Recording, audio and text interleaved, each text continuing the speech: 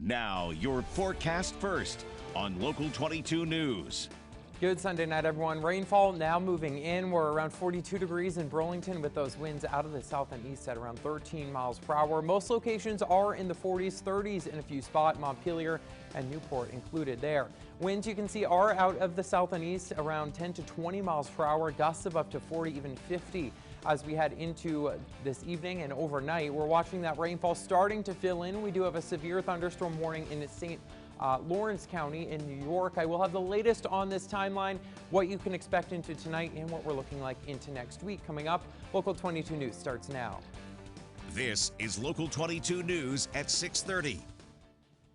Good evening and thanks for joining us. I'm Devin Bates, filling in for Mike Hoey tonight. Well, we begin in Burlington, where police are looking for suspects tonight in an armed robbery of a gas station and convenience store downtown. It happened shortly before 3:30 this morning at Champlain Farms at the corner of Main Street and South Winooski Avenue. Now, police say they're looking for two young black males who were both wearing masks, black puffy jackets, and backpacks. We're told one pointed a gun at store employees while the other stole an unknown amount of money from the cash register. If you know anything, call the Burlington PD. The video of the store you see here is from a different incident earlier this year. And Plattsburgh High School is switching to remote learning until at least the end of the Thanksgiving break 2 weeks from now. The Plattsburgh City School District says the move is a precaution because a student has tested positive for COVID-19. That student hasn't been in the building since Friday, November 6th. Contact tracing efforts are underway. Students, faculty, and staff members that may have had contact with the infected student on November 6th will be ordered to quarantine immediately.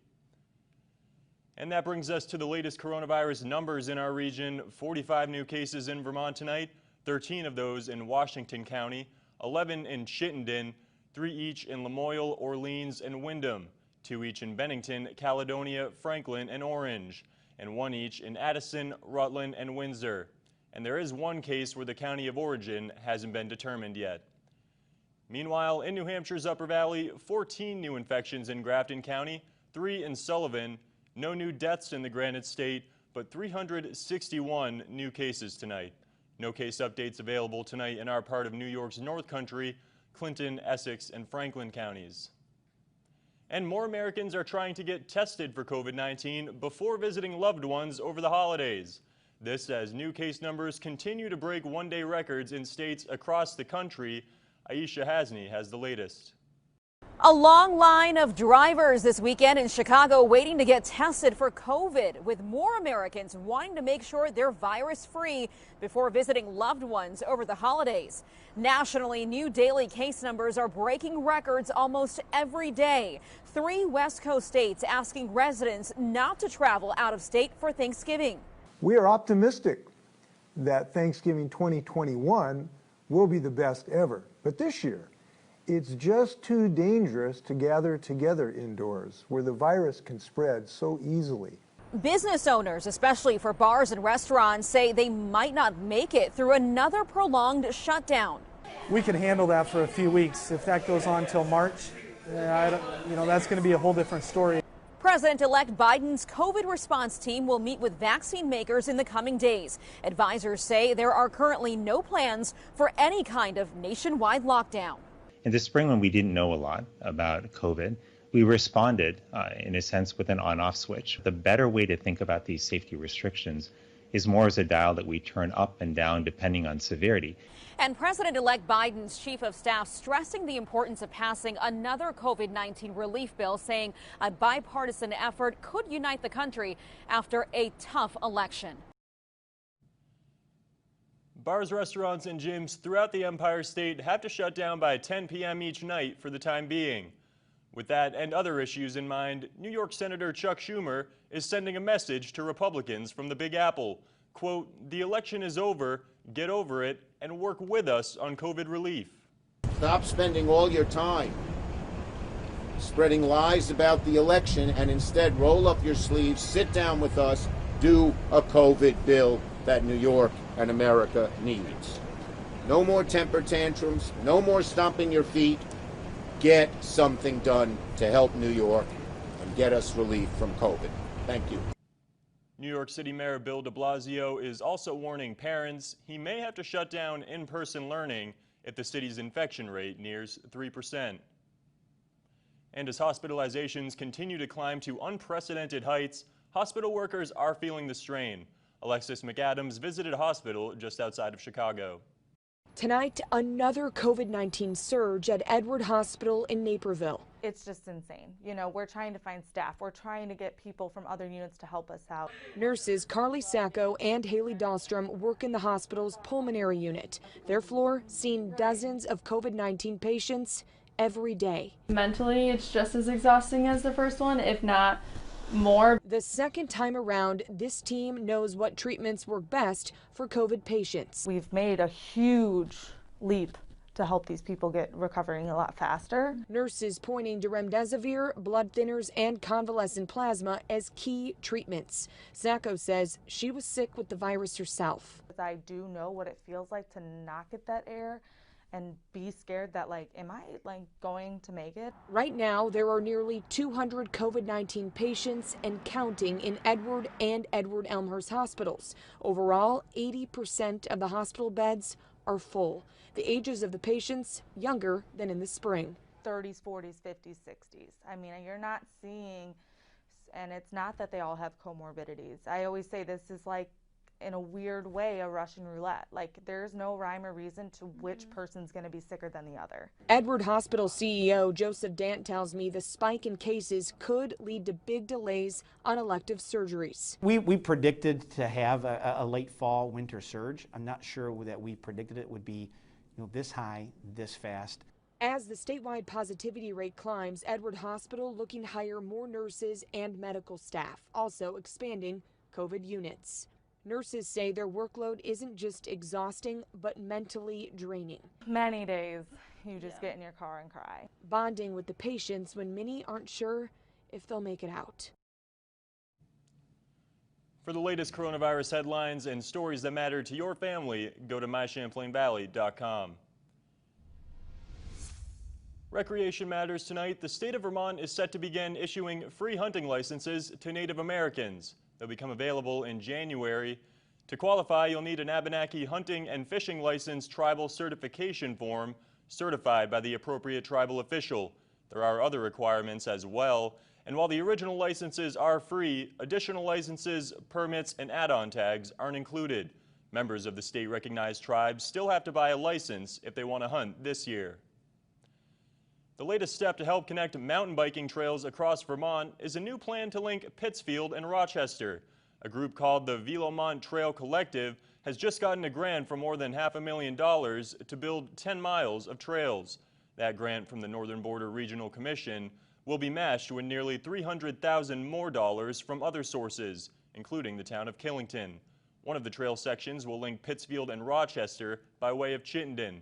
Velomont's executive director says the concept of linking trails in Vermont has already been tried with hiking and snowmobiling trails, but it hasn't been applied to mountain biking until now.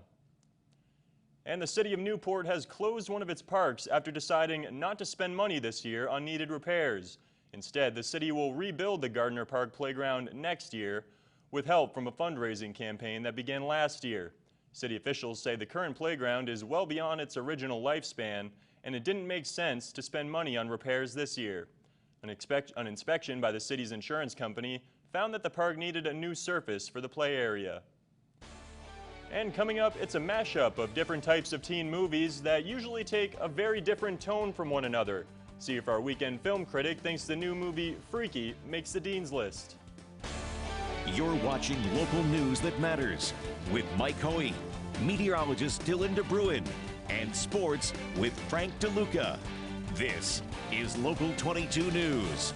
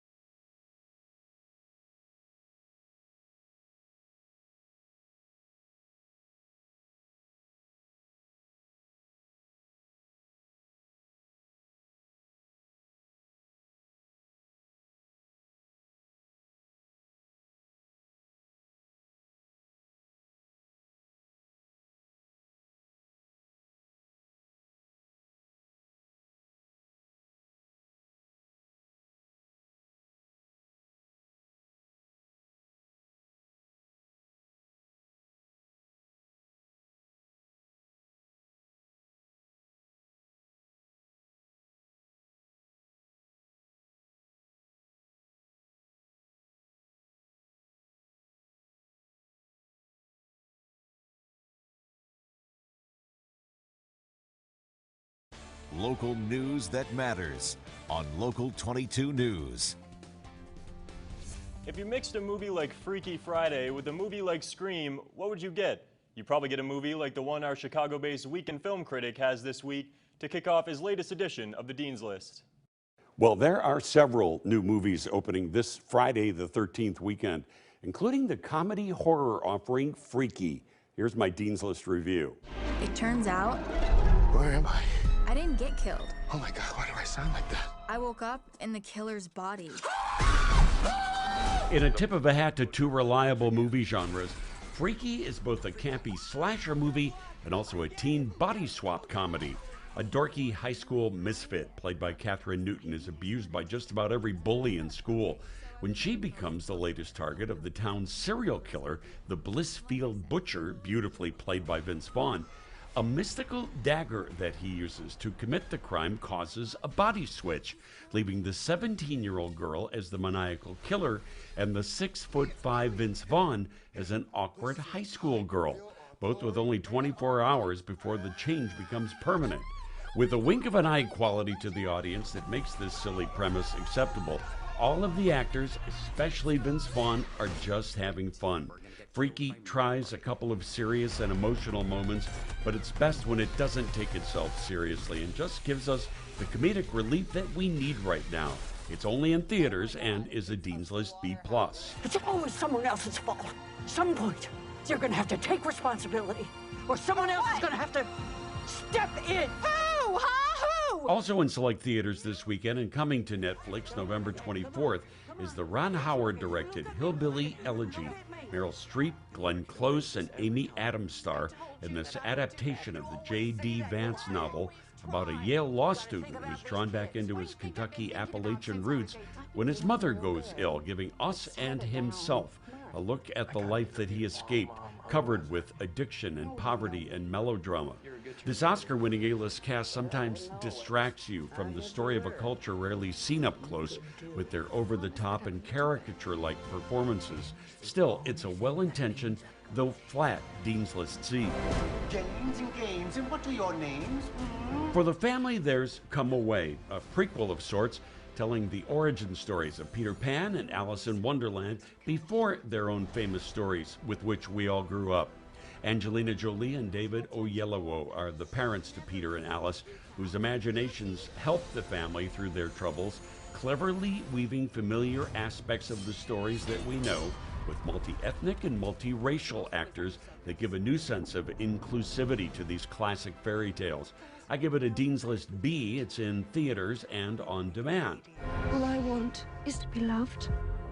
It's all any of us want from you. And all royal watchers' eyes will be on Netflix on Sunday for the global premiere of Season 4 of The Crown. Now set in the 1970s, the season is shaping up to focus around Queen Elizabeth, Margaret Thatcher, and the romance brewing between Britain's Prince Charles and the young Lady Diana Spencer. In Chicago, I'm Dean Richards. Coming up in sports, Tom Brady and the Bucs take on Carolina, looking to rebound from a lopsided Week 9 loss. And a pretty rainy end to our weekend. I'm also tracking winds that could be damaging for many as we head through tonight. I'll have the latest on that extended forecast next. Local news that matters on Local 22 News.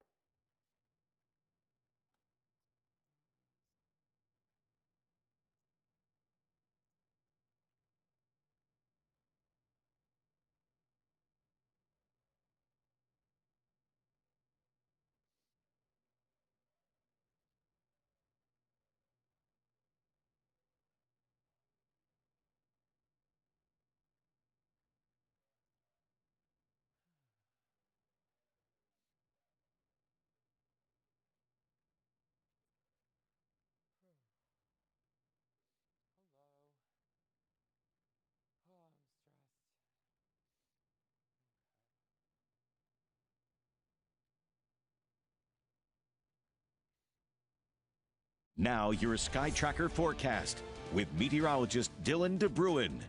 Good evening, everyone. We're in the 40s still, but we are tracking rainfall. 42 degrees in Burlington, high today of 46 degrees, right where we should be this time of year. Many locations, though, are actually in the upper 30s and lower 40s. 35 still in Montpelier, around 37 in Newport. 41 degrees in Saranac Lake. Southern Vermont and New Hampshire, same deal. 44 right now in Keene and around 36 in Springfield. We're tracking winds also pretty breezy out of the south and east. They're around 20 to even 30 miles per hour. We're also tracking gusts of up to 50 or 60 miles per hour in portions of the North Country in New York. We have a wind advisory in place until around late tonight and early on your Monday morning. We are looking at rainfall now starting to pick up. You can see heaviest storms rolling into St. Lawrence County. You are under a severe thunderstorm warning until 7 p.m. You can see this is mixing with some snowfall and higher terrain. We're not looking at any accumulation though. This cold front is moving through. That's what's going to bring those heavier downpours, even a few rumbles of thunder. Luckily, we're slowly drying out behind it. As you can see, once we get towards around 10, 11 o'clock tonight, this is pretty much out of the region, still holding on to some of that rain in portions of New Hampshire, and a few showers do linger as we head into your Monday as well. So still looking a little unsettled.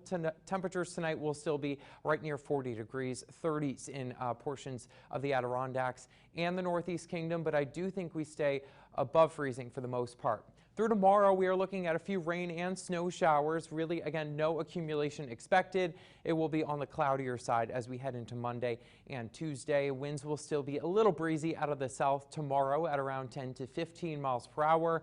And then we track a drying trend as we head into midweek. Wednesday looking mainly dry. We could have a weak disturbance move through early Thursday, but something to keep our eye on. A major change, though, as we head into midweek, those temperatures. You can see one of the coolest dips in temperatures we've seen so far this season. Those pinks there showing high temperatures staying really near freezing as we head towards Wednesday. Overnight low is going to be in the teens, possibly even the single digits as we head into the Adirondacks and portions of the Northeast Kingdom. So just be prepared for a cold week as we head towards Tuesday, Wednesday, and Thursday. We do rebound a little by Friday and Saturday. A few weak disturbances roll through, but it doesn't look like we're going to have any major rain or snow events in the next 7 days after this system moves through. If you want the latest on that forecast, you can always find it on our website, mychamplainvalley.com, and click on that weather tab. So definitely an active evening for the weather department, but luckily we are pretty quiet as we head into the start of the work week. All right, we'll be keeping track of those wind speeds. Yes. And the worst division in football is still wide open. And Frank, of course, I am talking about the NFC East. Yeah, you know, Giants have a shot to gain a little bit of ground on your Philadelphia Eagles today. And coming up, we'll see if Big Blue can avoid the season sweep and take down division-leading Philly. Local news that matters on Local 22 News.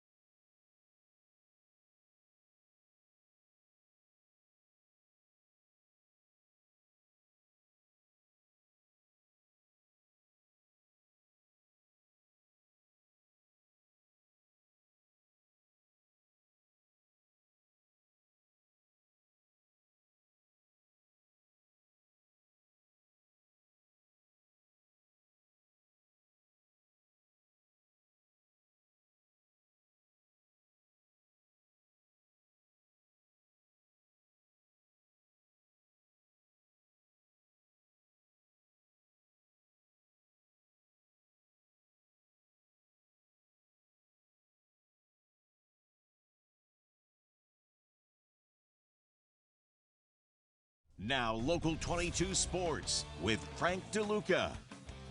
What's going on, everybody? The NFC East, as messy as it is interesting. Giants hosting Philly today. The division-leading Eagles could even up their record at 4-4-1. Big Blue trying to inch back into the divisional race with its third win of the season. And early in the first, Daniel Jones fakes the handoff and then goes untouched. No tripping and falling this time. 7-0 Giants. Then to start the second, Wayne Gallman going airborne on fourth down. G-men push the lead to 14-3, but the Eagles show some fight in the second half.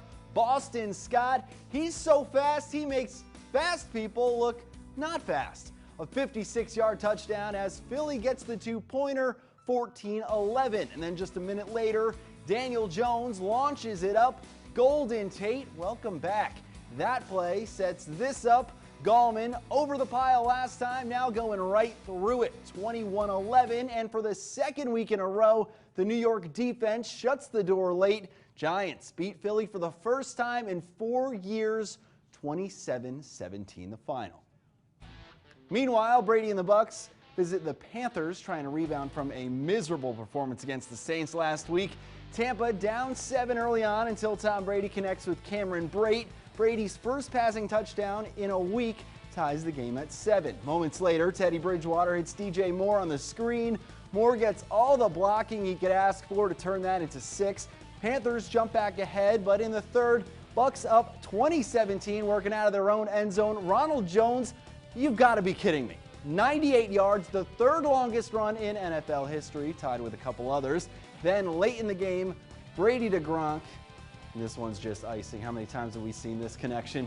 Panthers get doubled up, and the Bucs get back in the win column, 46-23. And Devin, as an Eagles fan, what does it feel like? Is it more, oh, the Eagles have a chance to make the playoffs, or is it like NFC East shouldn't get any playoff contenders, we'll just scrap in better luck next year? You know, I had this chalked up as a win. I'm sad to say the Giants are always an easy one. I didn't know that it had been 4 years since the Giants beat the Eagles, yeah, though. Wow. It's kind of a wacky thing, I guess. The Eagles have been better than the Giants the last 4 years. Giants haven't exactly had the best run of success. You think we'll have our first 6-10 division winner in the NFL in the NFC East I mean, when it's all done? It's looking like it, whether it's the Giants coming from behind, who knows if the Eagles can hang on. But yeah, it's kind of looking like the least loser of that division. We'll see what happens. Yeah. Dylan will be right back with a final check of the forecast after this.